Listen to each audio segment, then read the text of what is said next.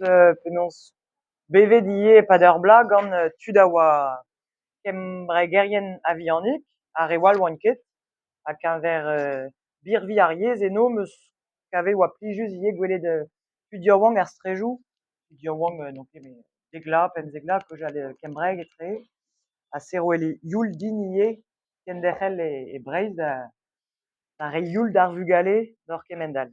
Daoust ma n'eo ket memes sifroù keñver tud o kaozeal eno, tamm muioc'h zo, 50 000 bennak, hag en ur pal kaout 1 million ben daouvil an terkant, hag e Breizh omp da 200 000 bennak. C'est ket fall deja, mais setu.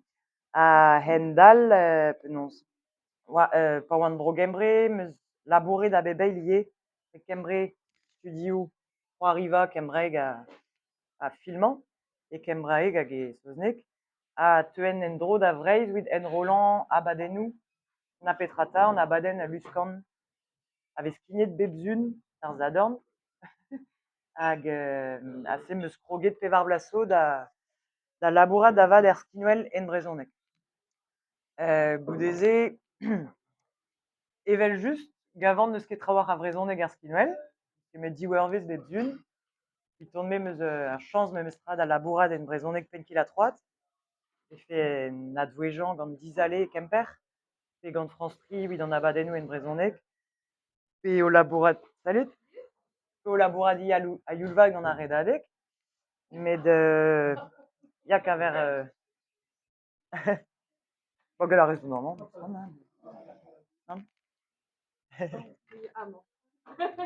ah ya, mais neus tol ebet, adeg. Hop là. Oh mais gala. Ma zafar meus tra, hop. Ase ya keñver, bah, meus kevet o anv, pe an eur. Naïs. Non. Ok, bah degemer mat. Ase pelec'h oan eil, ya keñver plas ar brezhoneg ar skinwel, gav din meus chañs labourat ar skinwel en brezhoneg, met laouen vefen gwelet tudal ie. Ha kaout muioc'h a blas evit ar brezhoneg dre vras er vuhez foran estreget ar skol pe ar stummadurioù, pezh lak a brezhoneg da vezañ bev, evel an band a skouer vefem en lec'h divoutin etre kromelloù lec'h all eget ar skol pe en ur stummadurioù. Setu, para c'hoazh, ya evit ar redadeg an holl war para ar redadeg dre vras, ya. Sur war kemerfet perzh, padremeno montroulez. Penaos ken kadoriadez on, ken brezidantez vel are, met blij ket din ar ger prezidantez. Ken kadoriadez vel are on pem war gador, o veran dibabou vegret er redadeg. Gant ar kudenn ebet. E tal din. On ara? Ya. Ha setu evit ar redadeg on kroget vel d'ar marc'hanoc'h da redeg boued daouvil eiz, a oa kroget davad, a wenet ebet eus ar c'horika e bro euskadi, hag penaos, ya bremañ ken kadoriadez boued daouvil triwer. Ha se zo bern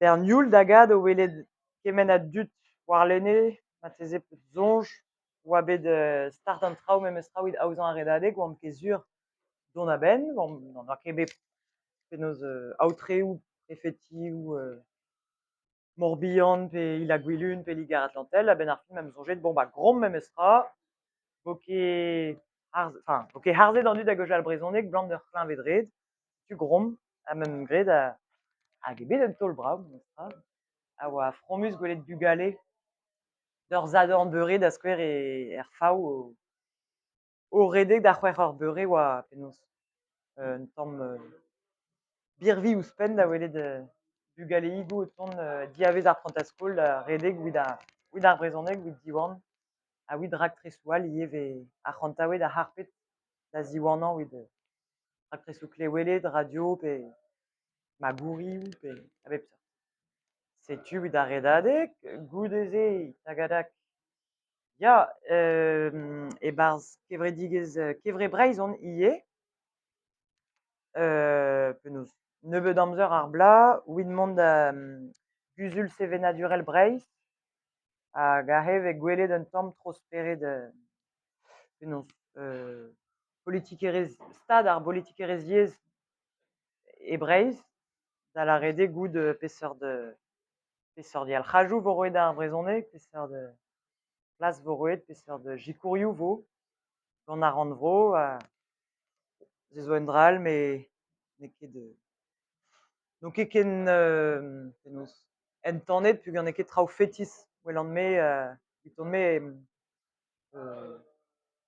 penaos dedenusoc'h eskemm davad gant an dud kentoc'h evit bezañ war dachenn ar politikerezh war en bennak.